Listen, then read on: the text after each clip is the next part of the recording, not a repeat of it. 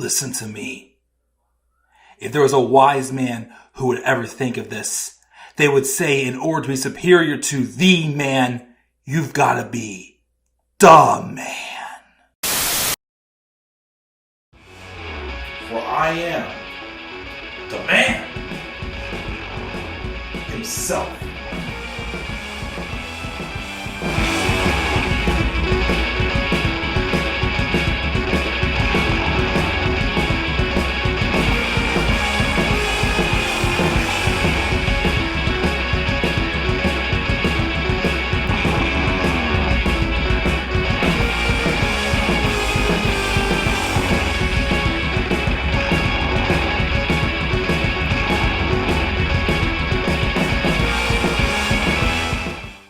Adrenaline in my soul, something out of control. I'm not the one who goes something Cody Rhodes, because I know a little more of the words, but yep, wearing a Cody Rhodes hat, as you see right here. Actually, it's technically not mine, it's technically my wife's. She bought it when we went to SummerSlam, but just thought I'd wear it for this review. But what is going on, guys? This is the Club of the Man 1993. Looking scruffy. I do have to shave, I know. And this is my review of this past week's episode of Monday Night Raw.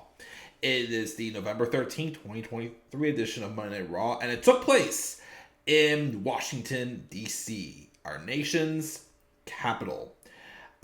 This will be the last Raw review until after Survivor Series. Next week with the holidays, and I have my parents on Thanksgiving Day, and my wife and I are hosting her side of the family on the Saturday after Thanksgiving. So it's going to be a busy week. And with it being a pay-per-view week, I'm probably going to do what I've done with most recent pay-per-view weeks and just preview the pay-per-view. So I am not going to... I'll do Raw this week, SmackDown's episode this week, and then next week I'm just going to do just a Survivor Series preview and predictions because I don't have time for the other stuff next week. Of course, the holidays are going to be nuts, but as I keep saying, I'm going to do the best I can to get out as much content as possible. But anyways, just to get that out there real quickly there, but we are, of course, just a week and a half out from Survivor Series, which takes place next Saturday, November 25th, at the Allstate Arena in Chicago, Illinois. And overall, well, first, I will be honest, I watched Raw, like, piece by piece the past couple nights. I wasn't able to watch it. Well, I saw the ending on Monday because I usually go to trivia Tuesday nights, but I went Monday night this week because it was a Harry Potter themed trivia, and my team won by 5 points. 5 points, which was awesome, of course, to do. I also had a non-alcoholic butterbeer, which was good. So Raw I was watching pieces throughout the week, but then of course we were busy. We had company over last night. So we're going to get in caught up tonight. I do have, of course, a turn alert that happened on this episode of Raw. I'm also hoping to get my final, my next Wolfenstein commercial uploaded as well. And hopefully within the next week or so, I'll start the next Wolfenstein walkthrough and trying to get to the next Park and Roller Coaster Tycoon. But again, the holidays coming up, it's going to get busy. So as always, guys, just stay patient. I'm going nowhere. Just a busy man. But anyways, as far as my thoughts on Raw, again, maybe part of this also is because, one, they're setting the card up for the most part pretty early the past couple of pay-per-views, which is okay, but it has made some episodes like this feel like a little bit of filler. Filler with some character development. But you can tell, again, I like how they're like rotating, the roster a little bit. Everyone's getting a chance on TV. But of course also, you got to get to know these characters too. And of course, right now, like, it's at a time where, again, I feel like WWE, despite the fact that we're in better hands with creative, they still have to stall to get to some of the payoffs. And in the meantime, like a time like this, isn't a bad time, to be honest, to try to develop some new characters. Like, there's things I'm enjoying, of course, the stuff with, Cody Rhodes, Seth Rollins, for the women, Rhea Ripley's still killing it. I'm really, really liking what they're doing with Tegan Knox. I'm very happy that they're getting her a spotlight. A couple other little things in there, but there's some things that's not quite clicking for me right now, as I keep saying. But I do like that they're giving people opportunities. It doesn't feel like, even if the shows are meh or like okay, again, as I keep saying, it's not intelligence insulting. It's just, it feels like people are getting a chance to step out there and say, hey, this is me. What's working, what's not working. So that's like the stage we're kind of in right now. The card for Survivor Series, for the most part, is pretty much set. I still don't know if they're going to be adding 5th members to the teams for the War Games matches. It's very possible after what happened on this episode of Raw, of course, in the ending. I'd like to see a 5th member, but we will have to wait and see, of course, and other things that could be coming. But, of course, after Survivor Series, and once we get through most of December, it'll be Royal Rumble season. I'm sure with Triple H, of course, in charge, things will pick up. But again, for now, it's kind of like it's kind of like the September of baseball season, where you got the minor league call-ups, the 40-man rosters, and there's just trying to let everybody else get a chance to shine as well. Like people, like the second people on the bench, get them a chance to shine as well. Which again, I like. People need work though, but again, I do like that Triple H is giving a lot more people opportunities to get on TV. And of course, we will see where it goes.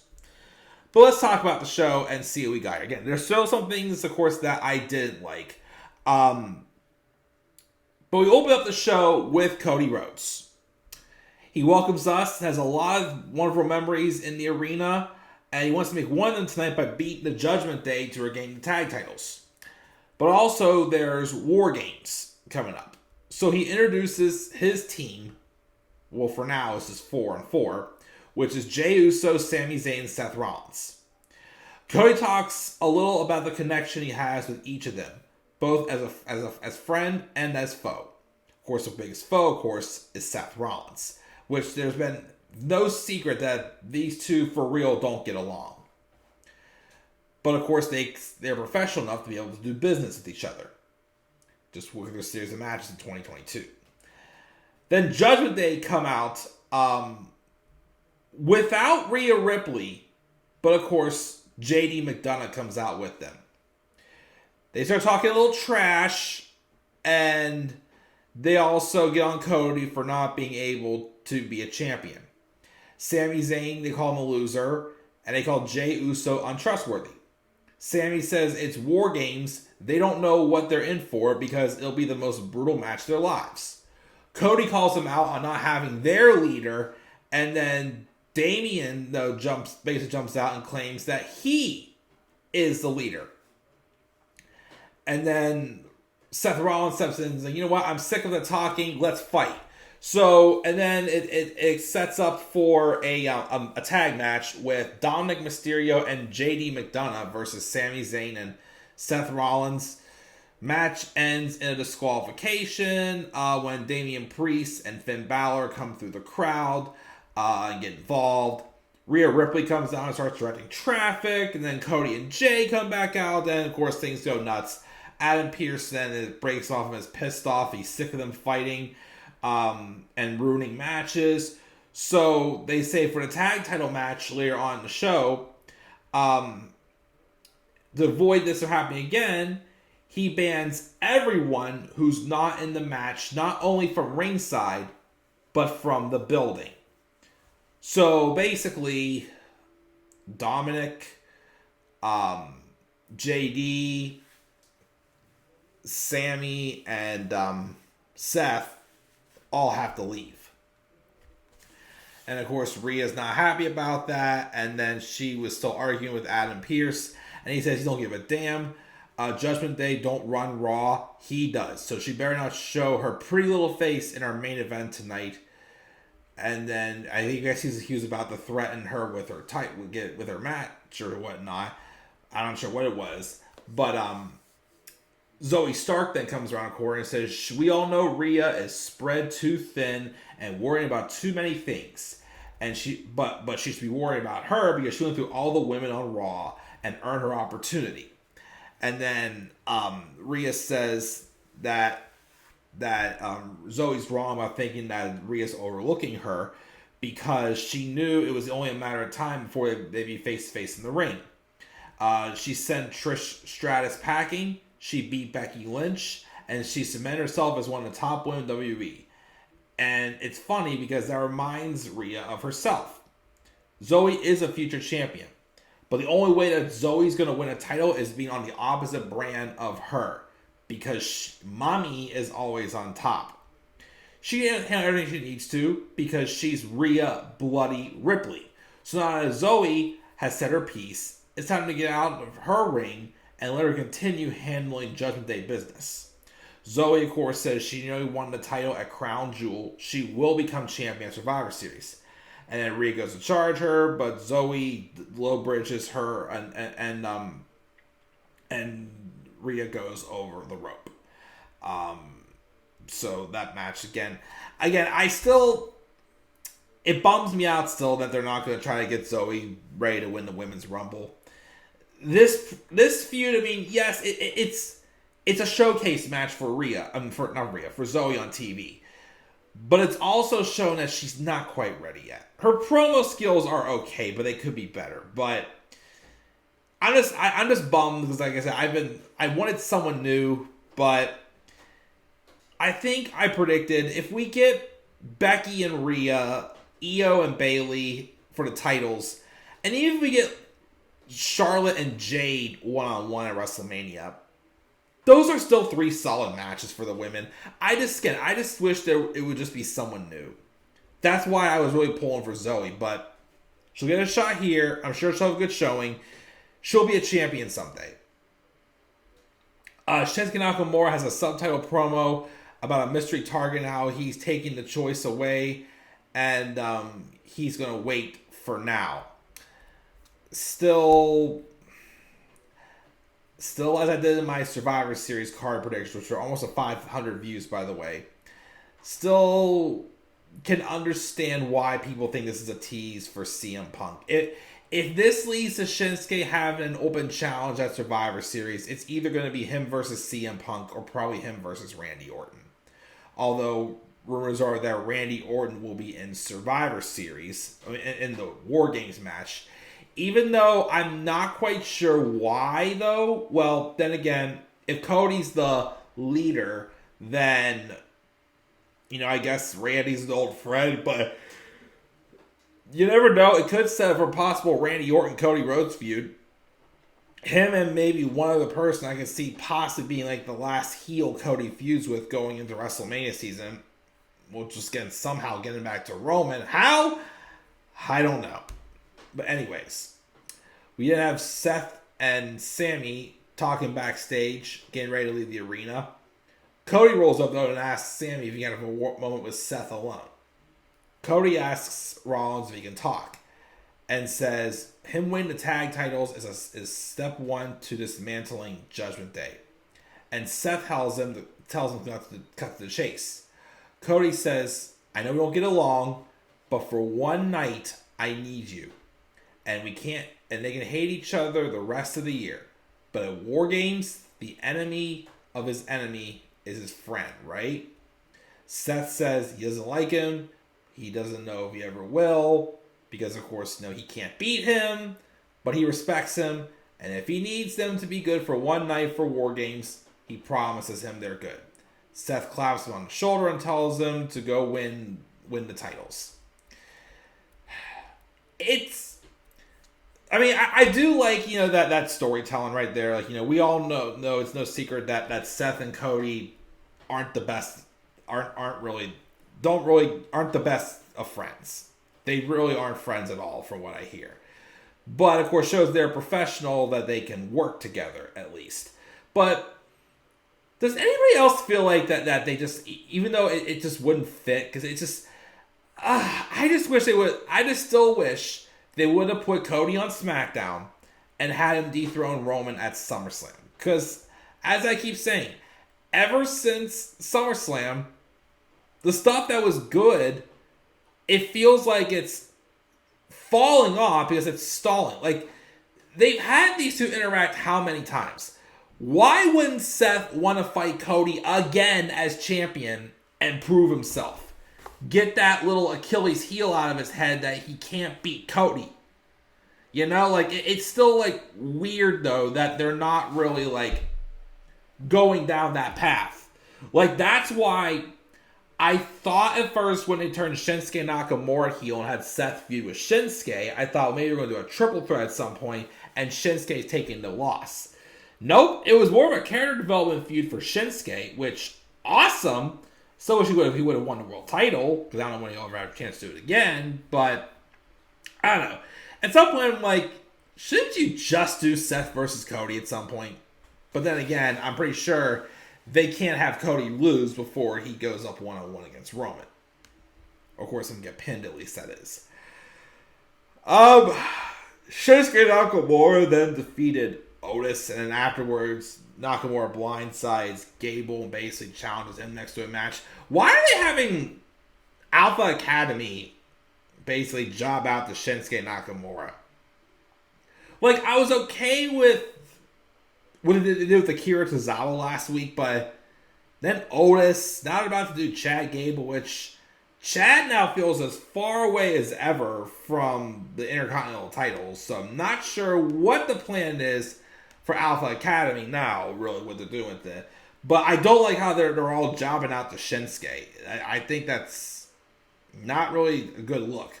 And also, every time they lose, Chad's like, no, it's okay. It's like, you're supposed to be a coach. You're supposed to be a leader of a group. Like, when are you going to, like, say, like, hey, come on, boys. But what do I know? That was weird. We do have this backstage segment where Seth Rollins runs into Drew McIntyre. Drew tells Rollins was right that he had nobody to blame for losing their crown jewel but himself. And says there's something he's been wanting to give him since Saturday. It's a handshake. Him and Seth shakes hands. Drew says congratulations, and he's going to work his ass off and earn himself another shot and climb back to the top. And Seth goes, I know you will. And he walks away. Of course, though, is that the last we saw of Drew, though, for the night. We then get a nice video package about Tegan Nox's return from injury. And again, her story. Please pray to God that Tegan doesn't get severely hurt again, because she's torn her ACL like 3 or 4 times now, which is not cool. But she has a match with Piper Niven. And it was by a roll-up, but she still won the match. I really like the spotlight they're giving Tegan Nox. Again, you could tell Triple H, well, again, one of you right know Triple H is in charge, because Tegan Nox is getting a nice spotlight and a nice story on TV. The simple story of she's just basically being built up as an underdog babyface. A very likable one, too. And that's... I did get an inkling maybe like months ago that maybe they were going to turn her heel, but I don't think it's happening now. But Tegan Nox, again, you can just simply write her as an underdog babyface, and she is going to get over. She is getting a lot of momentum right now, I feel like. I really like the storytelling they're doing with her as well. Just tell her story, you know. Triple H, of course, was putting a lot into her whenever she was in the Mae Young Classic. And she was supposed to win the year she was in it, but then, of course, you know, she got hurt for a second time again. But hopefully this will be her time. Maybe, definitely not WrestleMania 40, but maybe WrestleMania 41. You can see her as a favorite to win a women's title. Keep doing it like this, she's going to get even more over. But I like what they're doing with her. Miz has a backstage segment where he is saying he's driven to restore the respect of the legacy he left as the Intercontinental Champion. and he calls him a clown and a joke. Then Ivar rolls up and calls Miz a clown and a joke. And then Bronson rolls up and tells them both no, they're lucky to even be standing right now. And then Ivar pie faces him and they have a face-off. Setting up for a match later on the show. Of course, we'll already advertise with Miz and Ivar. Ludwig Kaiser took on Tommaso Ciampa. Is anybody else besides me just don't care about Imperium anymore? Well, I'm still like behind what Gunther's doing, but again, this whole storyline with like Imperium having these cracks, it's like this shouldn't be what needs to happen here. I'm just not into it.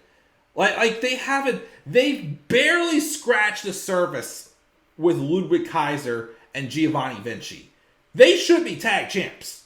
They should be killing it, but instead it's some storyline where they cannot coexist, or Giovanni Vinci's a weak link or something. And yes, again, Triple H likes to finish stories, and he's basically trying in some way steer a Vince McMahon story to make it work, and it's just not working. But this time, Ludwig Kaiser won because Giovanni Vinci did some good move outside to get Johnny out of the way. But yet, Gunther, who's been berating Giovanni for weeks, now praises Giovanni and disses on Ludwig. It's just I'm not enjoying that. We see Judgment Day backstage, and Rhea gets on Damian for calling himself the leader. And Damian's like, yo, I got hot. It's what he said what he said, but they know what he meant. Rhea says, actually, it sounds good for War Games. And they said, you're the best man for the job to be the leader. They agree that Damian's in charge of War Games. But then Finn has another point of order, and Rhea wants to go for it. They're talking about anointing JD McDonough as full member of the Judgment Day. Priest's like, yeah, right. But they point out that JD's in the trainer's room because of him. And Damian says he'll take care of it, which we'll get to that in a second. Xia Li then fights Indi Hartwell and does that roundhouse kick that knocked out Candice LeRae. And she did the same thing and knocked out Indi Hartwell. Xia Li, again, deserves a lot more respect. She has not gotten the best booking her whole tenure in WWE that she's been with for like 5-6 years, however long it's been. But again, this is another story too that's just like it's too late to save. Like, if it was still leaning towards Becky Lynch and the NXT Women's Championship, then it would still be working. But again, Becky's no longer champion. Yet Xia was whining for opportunity, but then said she didn't want it. Then, of course, I do like how they're kind of making her, like, vicious with that roundhouse kick. But again, it's kind of too late. But Becky Lynch comes out, and basically they set up a match for next week. Finally. Whatever. We got all that. Zoe Stark is backstage chatting with Shayna Baszler in a locker room, and Shayna says she should be champion and always knows you almost had her number last week, but she's been on a roll, and she'd be lying if she doesn't say she was looking forward to seeing her beat Rhea at Survivor Series. Raquel rolls into which Zoe is luck as well, and then the party was ruined because Nia Jax joined, and it's like, you're all pathetic. They didn't all gang up to throw me over the top rope. She would have beaten all of them. And Raquel says nobody's really tested her. She's not scared of her. And when they fight, she knows she'll win. So we're going to get Raquel and Nia next week. Again, lovely. Miz and Ivar had a match. I know I said recently I'm up for a third attempt at The Miz being a babyface. Especially with the last run, he showed he can make it work. And then they do this, and, well, first off, Bronson Reed was out there for for some reason, again, targeting... I mean, I thought you'd be targeting both of them. Like, why is Bronson Reed always involved in, like, a three-man feud? Like, it's weird. But what turned me off already for Miz being a babyface was the fact that he won this match by cheating because he put his feet on the ropes. And afterwards, Bronson Reed blindsides Ivar and it's a 747 splash. So it's been Bronson Reed's a face now, but Miz is a face, yet he's cheating to win matches. Yeah, that's what happened in 2013 as well. That's why his first babyface run flopped. This one ain't going to last long either if it looks like that. Damian Priest then goes to see JD McDonough and says he's been debating this with the crew for a while, and part of him doesn't think he's ready. But tonight he took one for the team because in that brawl they had earlier, JD basically took a bullet for Damian. He says that's somebody he can stand with and go to war with. And he whips a leather jacket out of his bag, and JD McDonough is officially a member of the Judgment Day. Which, I know I wanted this storyline to happen, but even, again, this was screwed up. Because, again, yes, I was... If they would have just stuck with the plan, how it was with, like, Damian being the one who didn't approve, but then, like, then it was, like, 1 week they loved him, 1 week they hated him. Like, it was, again, all inconsistent. Now he's with Judgment Day, and it's just, like, you kind of wore out, like, the momentum for that. Now it's like you need somebody else involved. And, of course, it's going to make JD's storyline look pointless. But then again... Look what they did in the main event. We'll get to that, of course, in just a second. Finn, of course, comes out, congratulates him, tells him to find Dom and get out of here before Pearce flips out. And then him and Priest clasp hands and walk off vowing to defend the titles. Jinder Mahal also randomly ran to Ludwig Kaiser backstage and told him that Indi Sheer is going to go talk to Adam Pearce, and Ludwig Kaiser should choose his next move wisely. Getting Balder Mahal back on TV. Lovely. Chad Gable and Creed Brothers backstage. And again, this is the whole thing where Chad's telling Otis, don't worry, you did a great job. You don't need to feel bad. And then the Creed Brothers suggest they need new training partners. They go back and forth. New Day roll up to say you don't talk about the tag titles, don't talk about them. Then we see Ivy Nile and Maxine Dupree talk about the boys. And they talk about the Battle Royale. And basically they're teasing them being a team now, which, not bad. I did like what I saw from that. I've never seen Ivy Nile wrestle before, but she was a nice powerhouse in the Battle Royale last week. And it could be a nice compliment for Maxine Dupree. So I guess another tag team form, not opposed to it. Also, Akira Tozawa was wearing one of those custom football title belts, and he's shaking his hips like the New Day, saying WWE World Tag Team Champions, whatnot. Then the main event was Cody Rhodes and Jey Uso taking on Damian Priest and Finn Balor for the tag titles. The most noteworthy thing that happened in this match was toward the end of the match, Jey was threw Finn back into the ring, and he looks over and he's staring at someone, I don't know what it is, and then it's Drew McIntyre appearing out of nowhere, and he hits Jey Uso with a Claymore kick, tosses Jey back in, and it leads to Finn Balor pinning Jey Uso. Judgment Day retain the tag titles, and then Drew walks onto the stage, and Rhea Ripley comes out, offers him a handshake, and he shakes the hand. So that, I think, wraps up the whole mystery of where Drew McIntyre lies. But of course, as I will be mentioning in my Turn Alert video, yes, again, if he didn't shake Rhea's hand, I would still think he hasn't fully turned yet. But shaking Rhea's hand, he's turned. But I still find it interesting that there's still, because again, he could have taken out Seth Rollins, but it shows that he has nothing against Seth Rollins.